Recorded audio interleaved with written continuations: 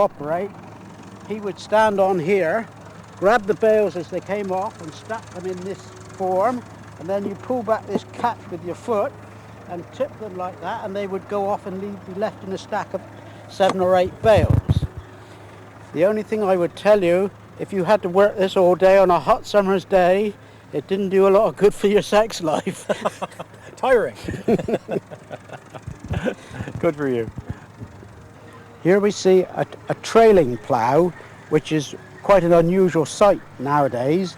These were very commonplace in the 20s, 30s and 40s and even well on to the 50s. The old tractor would have been on the iron spade lug wheels, and the plough was not attached to the tractor. It just towed behind with a pin. When I say not attached, it was attached with a pin, and you tripped it with a rope, and that's the way it always worked, which was a progression from steam ploughing onto this. Yeah.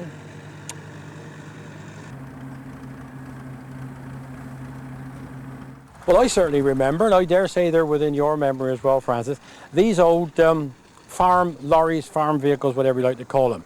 They were made from ordinary saloon cars. And in those days, with a chassis, you could cut off the body when the car was worn out and make a little lorry out of it. This is originally an old Hillman 14. Do you remember many of these? I remember dozens of these. These were always described, my brother and I called them cut-down cars. Well, exactly. That's what they were. They were altered to suit the very purpose that the farmer wanted them. Some of them made into mini tractors. This one looks as though it was made expressly for, or altered to go just for milking. Cut off behind the windscreen, whereas a lot were cut off behind the cab and just the back end used. I remember an old Vauxhall that our local farmer had was full of shrapnel holes from Bristol air raids, actually. But this is a lovely old, well, it'd be nice to restore it back to its car because it's an old Hillman 14 going way back. I would believe 1930, might be a bit before, because you got the old right-hand gate change down there, look. I would have thought it was a 20s car. Yes. But I have never actually seen one of these. The very most popular one in our area here was the Austin 10s and Austin 12, 16, yeah, and of course Morris were quite popular too, weren't they? The Cowleys and the Bullnoses went into Look mowers. at this up in the back. Well, it's beautiful, isn't Some of you don't see now. This takes me back to our local milk lady who used to come round on the doorstep, immaculate white there, and there was a pint of milk and just a little bit in there in case she'd dropped it, yes, and the old churns. You wouldn't get anybody to handle those churns now, would you? Well, I don't think they'd see the funny side of chucking them on a lorry. I don't think they would, but 17 gallons, weren't they? Used to do it all day long, didn't they? And of course, it all had to be transported from the farmyard down to the gate down by the road, where the lorry could pick it up. And this is what was built to do it. Oddly enough, that used to stay on the milk stand in the hot summer until the lorry came, then travel around on the lorry to the milk factory. Those were the days. Hey, here's another little bit here, look.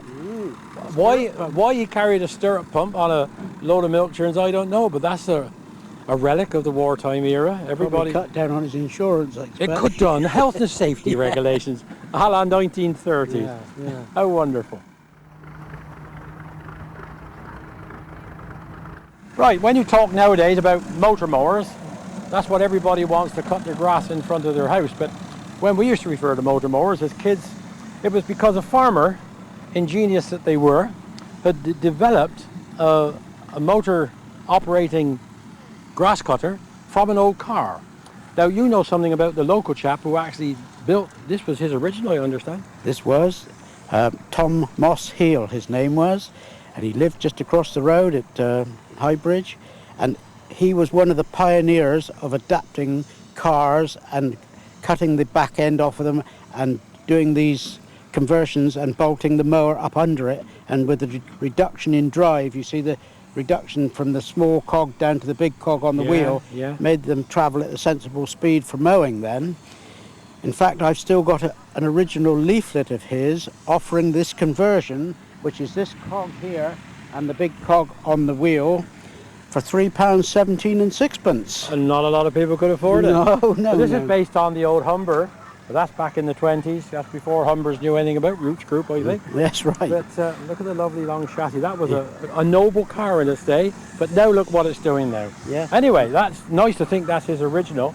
Is this one of his as well? No, this is This is a more local one. this is probably some made by somebody else using his gearing, Yeah. but a different adaptation. And you'll see that the mower is more mid-mounted and therefore more compact. Yeah. But with a Morris That's engine, the old Morris one-ton truck radiator, surely. on radiator. there. I think the engine and the radiator are not Not the really. same. Probably the old Bono's Morris type engine, Could well judging be. by the pattern of the dipstick with that little Yeah.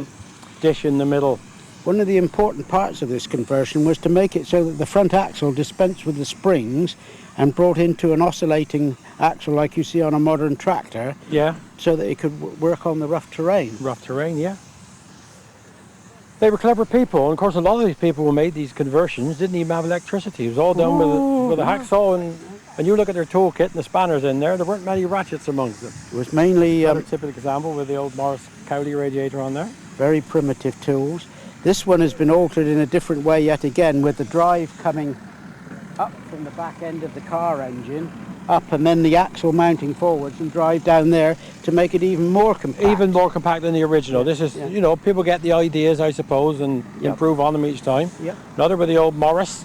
I notice it's got Morris and not Morris Commercial on there. Yes, that I couldn't tell you about the actual authenticity of that radiator. That is but interesting. It was probably off of a very old car, I would imagine. Devon or Plymouth Way JT, I believe. If you look, the drive mechanism here is totally different yet again. They've Yeah. managed to get the axle with cogs on the end and dispense with chains and driving internally on another cog The cog in there. on the That's mower a wheel. McCormick unit down in there. Yes, that's an International McCormick mower. I mean, they fitted any mower that you wanted. That's right. Once again, the old Morris engine, they seem to be quite popular on Yep. the collection. Yet again, another old Morris. Yep, they Well, managed to, by putting the axle behind the The chain's mower, coming forward. brought that forward. That's not as compact. That one over there is the most compact that I've seen, but Well, this again would have been very functional. Like Each this. and every one of these a rare sight. How wonderful to see this half a dozen here together today. The beauty of this was, of course, that if you had a horse-drawn mower, you'd have two horses on there, and they would be absolutely tired out within about 3 hours. Yeah. Whereas this would go on all day. Yeah. It didn't get Oh, yeah. tired. That was how it revolutionized the actual. Well, You needed plenty of this too, I reckon. yes, that's a bit of a sort of a quirk on it. Just to let you know, the horse wasn't forgotten. Oh no. A rarity now, we've got an old Singer. Yeah. Now that would be probably only a small Singer 9 or something there. Yep. I don't really know much about the basics of the car, but again, this has got a different version, a variation on the way they achieve the drive, with internal cogs inside again.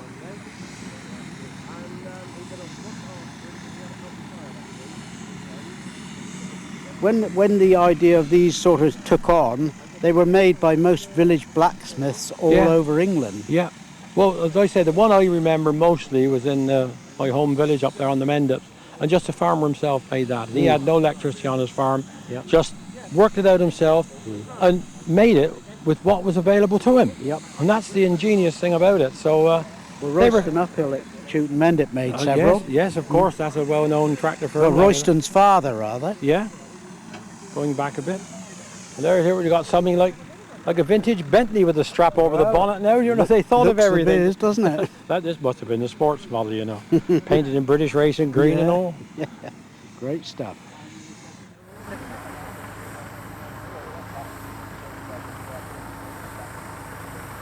Well, we can't talk about tractors and leave the Ferguson out, can we, Francis? It would be a sin to do that. But Harry Ferguson, I mean, he invented the first one, which I think was a David Brown. Well, it was Ferguson. made by David Brown. Made by David for Brown. Harry Ferguson. It was called the Ferguson Brown. But a great inventor, wasn't he? Oh, he revolutionised farming in his methods without any question or doubt. When do people see so many of these still about today, Yeah. and they just think of them as a simple little tractor? But as you said, they revolutionised the farm industry as far as the farmer was concerned. And I remember farmers buying these some of them not even having their own car, using them to pop down on the dirt patch and things like that. But let's have a look and see what changed the world as far as tractors were concerned. It's this back end, isn't it? It's the hydraulic linkage on the back, and the part of it that really revolutionised it, which Harry Ferguson had the patent on, was the method of depth control and the way it transmitted traction to the tractor by the suction on the plough pulling the tractor down, and that gave you more traction on a small Although tractor. we got a small tractor, Yeah. it had the grip, and whereas before a small tractor wouldn't have pulled a plough of that size.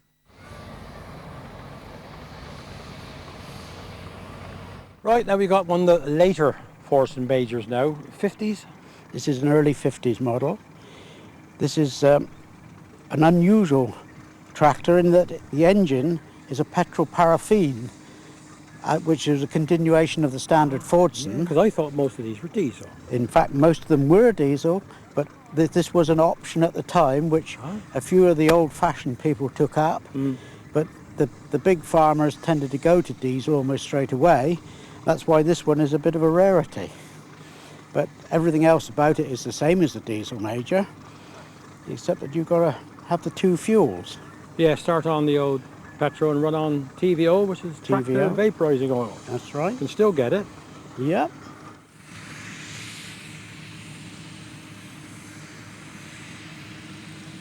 Well, later on we should be seeing even more exhibits. There's still plenty here. But we're going to say goodbye to Francis for now. He's done a grand job. So for now, thanks again for your invaluable help. Thank you. Cheers. Pleasure.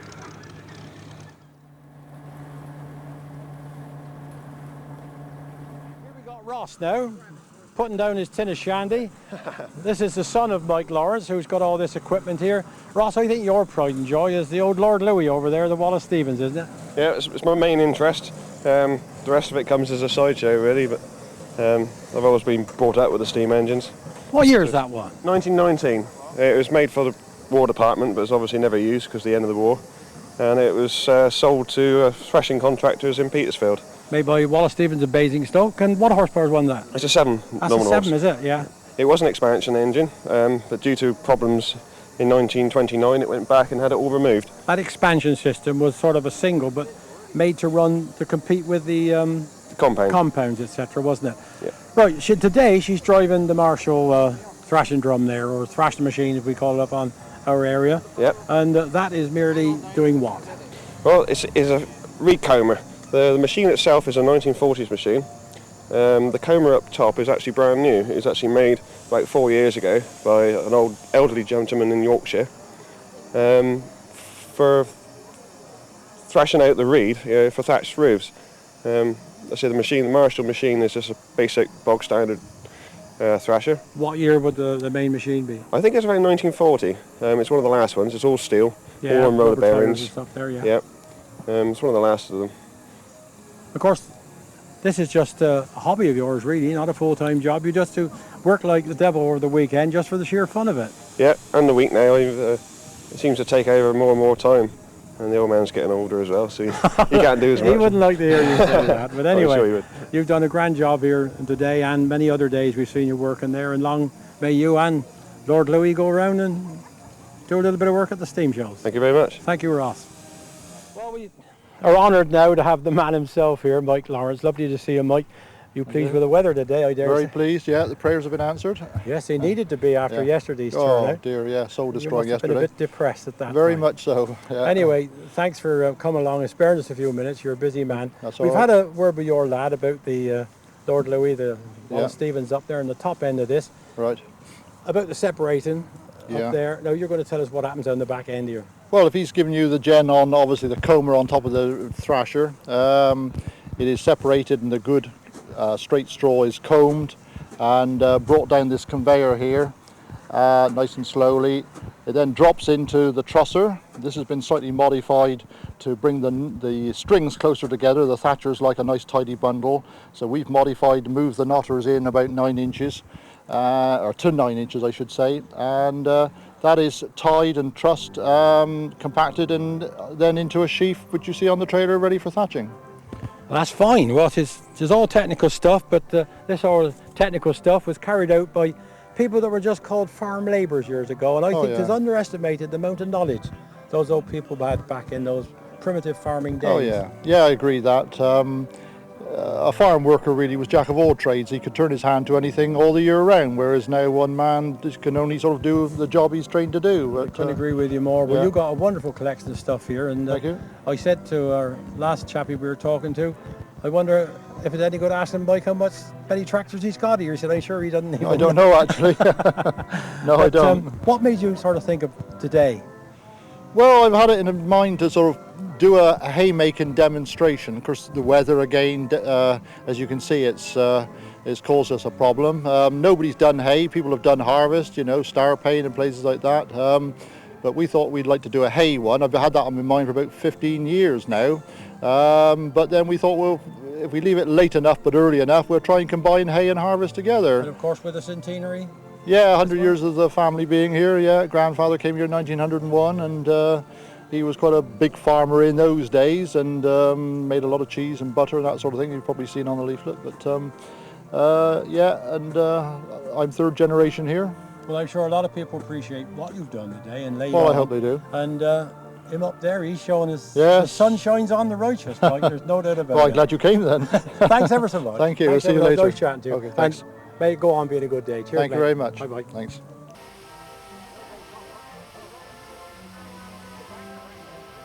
Thanks to Mike, we've heard about the process of the thrashing. I think I remember very well as a kid when we used to come out of school and hear the hum of the old thrasher down at the local farm, and we used to love to go down there and watch them, especially the last few minutes when all the rats would run out from under the rick and kept the dogs busy. Well then, next on to that comes the baler, and here we've got the Jones Panther baler. You can see the end product, the bales coming out this end. And once again, driven by steam. And here we've got one of the small traction engines, humorously named Goliath. It's a little 3 horsepower, once again Wallace Stevens.